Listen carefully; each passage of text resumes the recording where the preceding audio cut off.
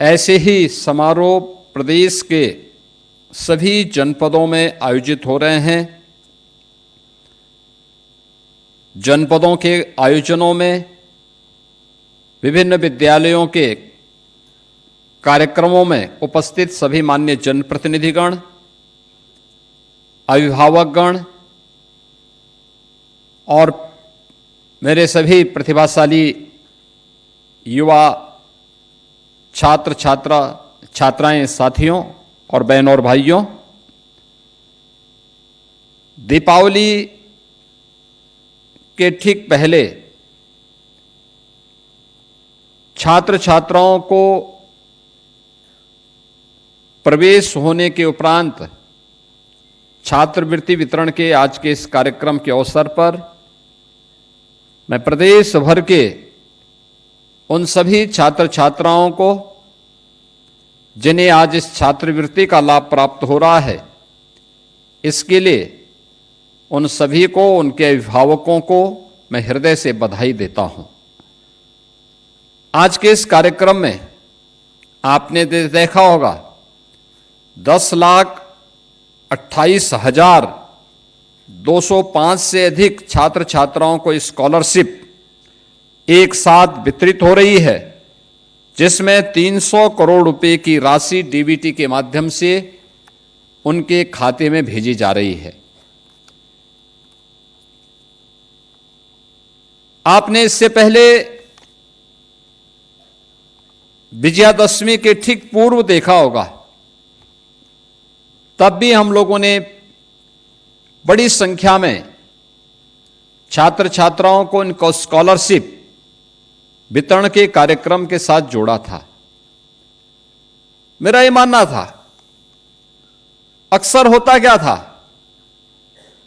कि छात्रों को स्कॉलरशिप के नाम पर उनके साथ एक तो चयन की प्रक्रिया में भेदभाव होता था, दूसरा समय पे छात्रवृत्ति नहीं मिल पाती थी, तीसरा छात्रवृत्ति वितरण के बाद अगर किसी का चयन हो भी गया तो उस पैसा भी उन तक नहीं पहुंच पाता था। हम लोगों ने पहले प्रधानमंत्री जी के द्वारा भ्रष्टाचार पर प्रभावी प्रहार के लिए टेक्नोलॉजी का उपयोग करते हुए डीबीटी के माध्यम से हर छात्र छात्रा के अकाउंट में सीधे पैसा जाएगा, इस प्रणाली को प्रदेश में लागू किया गया।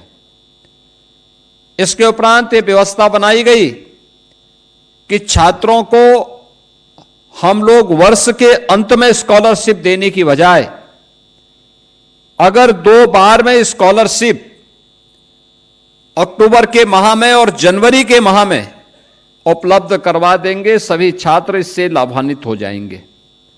और मुझे प्रसन्नता है कि प्रभावी ढंग से ये कार्यक्रम प्रदेश के अंदर बड़े पैमाने पर आगे बढ़ रहे हैं और उसी का परिणाम है कि 2016-17 तक जब प्रदेश के अंदर केवल 46 लाख बच्चे इस स्कॉलरशिप का लाभ प्राप्त कर पाते थे, आज ये संख्या बढ़कर के 62 लाख तक पहुंच रही है। आप सोचिए कि 62 लाख छात्र छात्राएं एक साथ प्रदेश सरकार और केंद्र सरकार की स्कॉलरशिप की योजना से लाभान्वित होकर के अपने उज्जवल भविष्य के साथ वे कार्य कर रही हैं। आज का ये समारोह अपने इन होनहार प्रतिभाशाली छात्र छात्राओं को प्रोत्साहित करने के लिए और उनकी आगे की शिक्षा में किसी प्रकार का कोई व्यवधान न आने पाए, इसके लिए डबल इंजन सरकार के द्वारा प्रधानमंत्री मोदी जी के नेतृत्व में चलाए गए कार्यक्रम का ही यह एक नई कड़ी है। और उस कड़ी के क्रम में आज हम सब यहां पर अनुसूचित जाति जनजाति के 3,56,000 छात्र छात्राओं को 114 करोड़ 92 लाख रुपए यहां पर छात्रवृत्ति की उपलब्ध करवा रहे हैं। 97,000 से अधिक छात्र छात्राओं को जो सामान्य वर्ग के हैं, इनको 29 करोड़ 18 लाख रुपए की धनराशि इस छात्रवृत्ति से प्रदान किए जा रहे हैं। अन्य पिछड़ा वर्ग के 4,83,000 से अधिक छात्र छात्राओं को आज यहां पर 126 करोड़ 69 लाख रुपए की राशि आज उनके खातों में डीबीटी के माध्यम से दिया जा रहा है और अल्पसंख्यक वर्ग के 90,758 छात्र छात्राओं को 27 करोड़ 16 लाख रुपए की राशि आज की इस स्कॉलरशिप के माध्यम से यहां पर डीबीटी के माध्यम से उनके अकाउंट में सीधे भेजी जा रही है। इसके पीछे सरकार की मंशा बहुत साफ है और वह ये कि जो प्रधानमंत्री जी कहते हैं कि ट्रांसपेरेंसी सरकार की कार्य पद्धति का हिस्सा बनना चाहिए।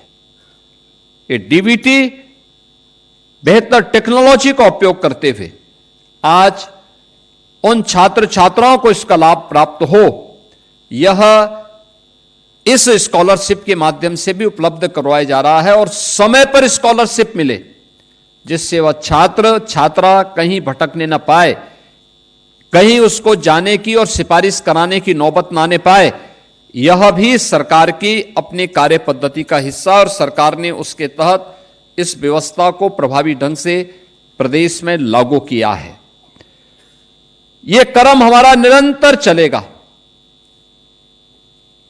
अभी हम लोगों ने पोर्टल को जो ऑन करके रखा हुआ है, आपने देखा होगा कि गत वर्ष कुछ छात्रों ने पोर्टल में कुछ खामी के नाते या विद्यालयों की लापरवाही के नाते, संस्थानों की लापरवाही के नाते या लेट से एडमिशन होने के नाते बहुत सारी जगह अनुसूचित जाति जनजाति के कुछ छात्र स्कॉलरशिप से वंचित रह गए थे।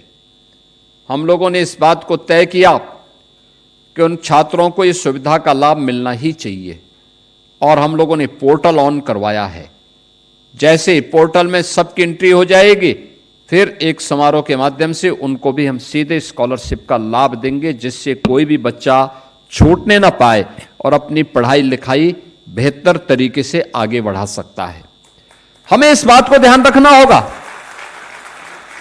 जिसके बारे में बार बार बाबा साहब डॉक्टर भीमराव अंबेडकर जी बार बार कहते थे कि पढ़ लिख करके ही हम स्वावलंबन का जीवन भी व्यतीत कर सकते हैं और देश और अपने समाज के लिए भी कुछ कर सकते हैं।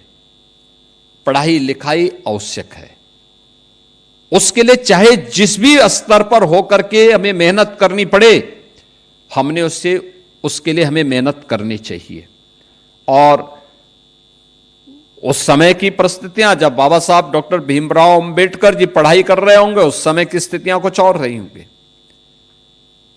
इतने संसाधन नहीं थे, तब भी उन्होंने उच्च शिक्षा अर्जित की।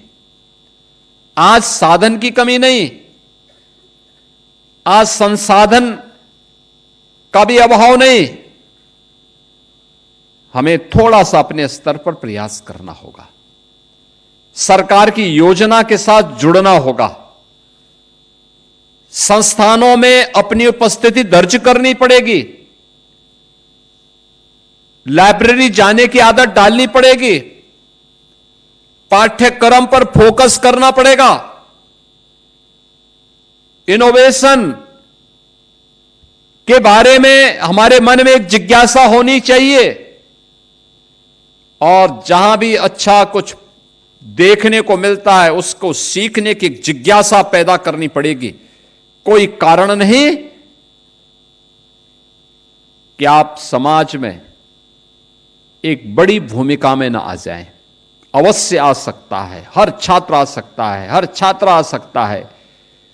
असीम ऊर्जा और प्रतिभा उसके पास है। उस प्रतिभा का लाभ न केवल उससे उसके परिवार को बल्कि समाज को और देश को प्राप्त होना चाहिए। यह स्कॉलरशिप के पीछे का भाव होता है। उसे आर्थिक रूप से स्वावलंबन के पथ पर हम अग्रसर करने में योगदान दे सके। जैसे आपने देखा होगा कि हम लोगों ने पिछले 8 वर्ष में 4,27,00,000 से अधिक छात्र छात्राओं को स्कॉलरशिप की सुविधा का लाभ दिया।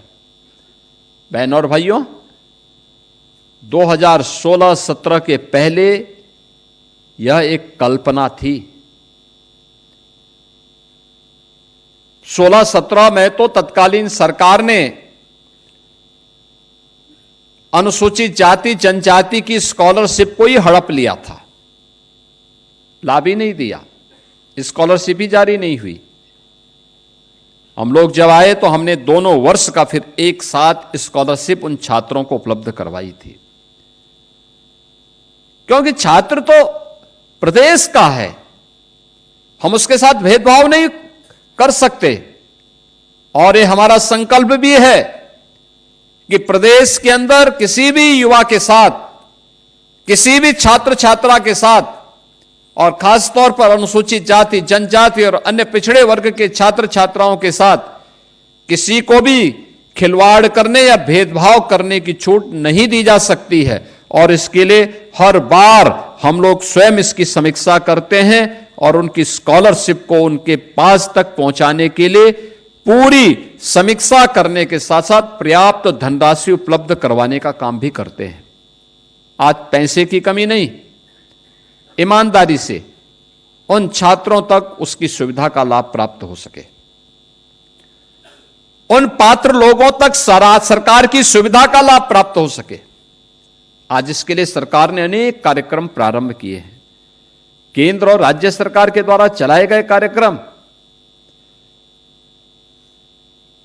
देश के अंदर तमाम संगठनों ने श्रमिकों को अपने राजनीतिक स्वार्थ के लिए भुनाया होगा, लेकिन उन श्रमिकों के परिवार का कल्याण हो, उनका उत्थान हो, उनके बच्चे भी पढ़ लिख जाएं, इसके लिए जो प्रयास होने चाहिए थे ईमानदारी से नहीं हुए।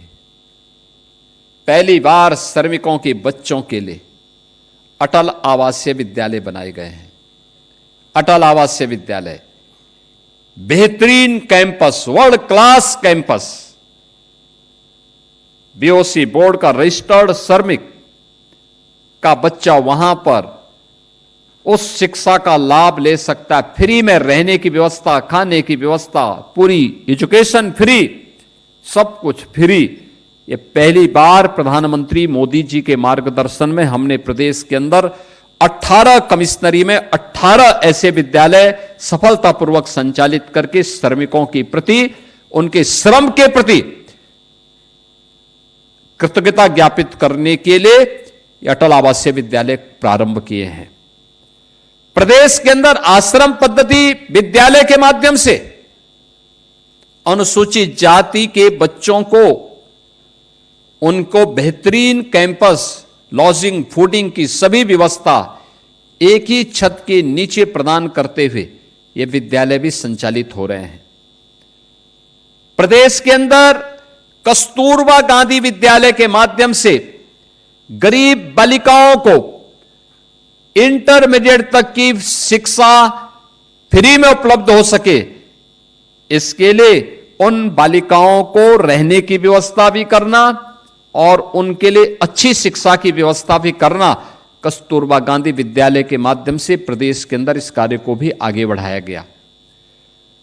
प्रदेश के अंदर अन्य अनेक कार्यक्रम प्रारंभ करने के साथ ही हमारा युवा प्रतियोगी परीक्षाओं की तैयारी करने के लिए उसे कोचिंग के लिए इधर उधर भटकना ना पड़े। अनुसूचित जाति जनजाति के छात्रों के लिए पहले प्रतियोगी परीक्षाओं की तैयारी के लिए कुछ क्षेत्रों में कोचिंग चलते थे, उसकी स्ट्रेंथनिंग की गई, उसको और समृद्ध किया गया, लेकिन साथ साथ यह भी सुनिश्चित किया गया कि जो बच्चे यूपी के हैं प्रतियोगी परीक्षाओं की तैयारी करने के लिए जिन्हें बाहर जाना होता था, बाहर चले जाते थे,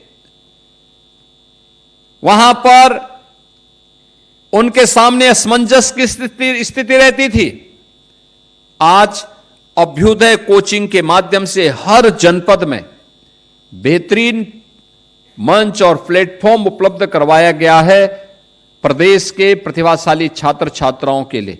और मुझे यह देख करके प्रसन्नता होती है कि जब भी किसी प्रतियोगी परीक्षा के परिणाम आते हैं तो उसमें अभ्युदय कोचिंग से जुड़े हुए छात्र छात्राओं के भी नंबर बहुत अच्छे आते हैं और बहुत सारे लोगों का सिलेक्शन भी होता हो उसमें दिखाई देता है।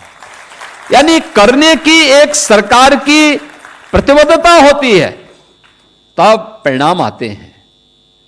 प्रदेश के अंदर समाज कल्याण के माध्यम से समाज के अलग अलग तबके के कल्याण के लिए सरकार के द्वारा जो कार्यक्रम प्रारंभ किए जाते हैं, आप सोचो 1 करोड़ परिवार ऐसा है जिसको आज के दिन पर सरकार 1 करोड़ से अधिक 1 करोड़ 5 लाख की संख्या है जिन्हें हम यानी 12,000 रुपए सालाना पेंशन की सुविधा सरकार के स्तर पर दी जाती है, जिसमें निराश्रित महिला, वृद्धावस्था पेंशन और दिव्यांगजन पेंशन की सुविधा है।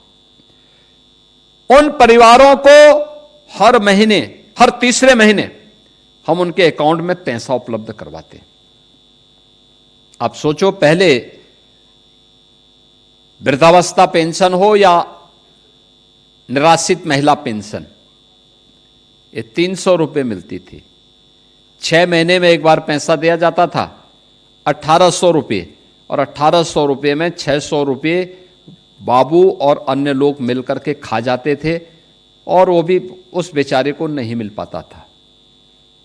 अब सरकार ने व्यवस्था की है कि 12,000 रुपये की राशि उनके अकाउंट में जाएगी और डीबीटी के माध्यम से उनके अकाउंट में सीधे पैसा चला जाता है, सीधे पैसा जाता है। आप सोचो, पहले 300 रुपये से अब हमने 1,000 रुपया महीना कर दिया। ऐसे ही गरीब बालिकाओं की शादी के लिए कोई व्यवस्था नहीं थी, हमने मुख्यमंत्री सामूहिक विवाह योजना प्रारंभ की। मुख्यमंत्री सामूहिक विवाह योजना का कार्यक्रम, आज हम एक बेटी की शादी के लिए 1 लाख रुपए की सहायता प्रदेश सरकार की ओर से उपलब्ध करवाते हैं। और उस बेटी की शादी के कार्यक्रम में, सामूहिक विवाह के कार्यक्रम में मुझे समय मिलता तो मैं भी जाता हूं। हमारे मंत्रियों को, विधायकों को, सांसदों को, समाज के वरिष्ठ यानी अन्य महानुभावों को, प्रशासनिक अधिकारियों को इस कार्यक्रम में भागीदार बनने का अवसर प्राप्त होता है। 4 लाख से अधिक ऐसी बेटियों की शादी अब तक हम लोग मुख्यमंत्री सामूहिक विवाह योजना के माध्यम से कर चुके हैं और सरकार ने उसके अनुदान की राशि 1 लाख रुपया भी कर दी है। सरकार का प्रयास होता है कि बिना भेदभाव के शासन की योजना समाज के हर तबके को पहुंचे, और इसी का परिणाम है कि प्रधानमंत्री मोदी जी के मार्गदर्शन में पिछले 11 वर्ष के अंदर देश के अंदर हुए परिवर्तन, चलाई गई योजनाओं का लाभ देश को प्राप्त हुआ है, प्रदेश को भी प्राप्त हुआ है। देश के अंदर 25 करोड़ लोग गरीबी रेखा से उभर करके उन्हें सामान्य जीवन यापन करने का अवसर प्राप्त हुआ, और उत्तर प्रदेश में 6 करोड़ लोगों को हमने गरीबी रेखा से उभारने में मदद की है। ऐसे ही प्रयास करके समाज आगे बढ़ेगा, और जब सभी लोग शासन की योजना को ईमानदारी से उन लोगों तक पहुंचाने का काम करेंगे, कोई कारण नहीं कि विकसित भारत और विकसित उत्तर प्रदेश के संकल्प को पूरा करने में फिर देर हो। जो प्रधानमंत्री जी का शताब्दी संकल्प का जो लक्ष्य है, 2047 जब ये देश अपनी आजादी के 100 वर्ष पूरा कर रहा होगा, इन्हीं सब प्रयासों से हम उस संकल्प को पूर्ति करने में सफल होंगे। आज के इस अवसर पर मेरा आप सबसे आह्वान होगा, खासतौर पर मैं अनुसूचित जाति जनजाति से जुड़े हुए छात्रों से कहूंगा, स्कूल जरूर जाएं, पढ़ाई जरूर करें, मेहनत करने की आदत डालें। आपके पास ये नैसर्गिक गुण है, उसके तहत अगर आप अधिक से अधिक अध्ययन करेंगे, बाबा साहब भीमराव अंबेडकर जी ने जिस बात पर लगातार आह्वान किया था, कोई कारण नहीं कि आने वाले समय में आप समाज की तकदीर को भी और तस्वीर को भी बदलने में एक निर्णायक भूमिका का निर्वहन कर देंगे। और उसी दृष्टि से ये समारोह आज यहां पर आयोजित किया गया है। मुझे प्रसन्नता है कि दीपावली के ठीक पूर्व ये 10,28,205 छात्र छात्राओं के लिए ये स्कॉलरशिप की राशि आज जारी हो रही है। बाकी अन्य छात्रों को भी हम लोग इसी प्रकार से इस राशि को एक समय सीमा के अंदर उनके अकाउंट तक पहुंचाने में योगदान देंगे। आज के इस अवसर पर एक बार फिर से जिन छात्र छात्राओं को स्कॉलरशिप प्राप्त हो रही है, प्रदेश भर के उन 10,28,000 से अधिक परिवार के सदस्यों को मेरी बधाई है। दीपावली की भी आप सबके प्रति मेरी मंगलमय शुभकामनाएं हैं और विश्वास करता हूं कि आपका ये उत्साह अपने बेहतर भविष्य के लिए इसी प्रभावी ढंग से आगे बढ़ता हुआ दिखाई देगा। आप सबके प्रति मेरी मंगलमय शुभकामनाएं हैं। धन्यवाद। जय हिंद। धन्यवाद माननीय, आपके शब्दों से हमें प्रेरणा मिली है और हमेशा मिलती है। मैं आपका बहुत बहुत आभार व्यक्त करती हूं। ऐसे प्रतिभा संपन्न व्यक्ति की मौजूदगी मात्र हमें विश्वास से भर देती है। इसी के साथ यह गरिमामय समारोह अपने अंतिम चरण में पहुंचता है। अब मैं विनम्रता पूर्वक सभी माननीय अतिथियों से निवेदन करती हूं कि कृपया ग्रुप फोटो के लिए ऑडिटोरियम की अग्रिम पंक्तियों में पधारें। यह क्षण हमारे लिए स्मरणीय रहेगा। आपकी उपस्थिति से यह आयोजन पूर्णता प्राप्त करेगा।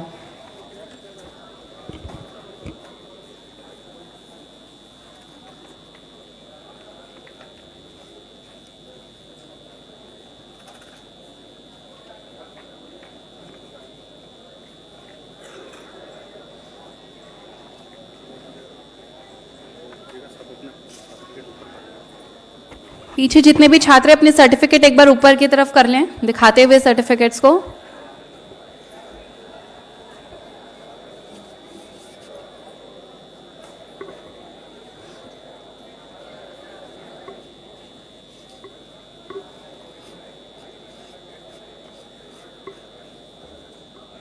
हम माननीय मुख्यमंत्री योगी आदित्यनाथ जी का हृदय से आभार व्यक्त करते हैं। आपकी उपस्थिति और प्रेरक वाणी ने इस आयोजन को विशेष बना दिया है। आप सभी का इस कार्यक्रम को सफल बनाने के लिए बहुत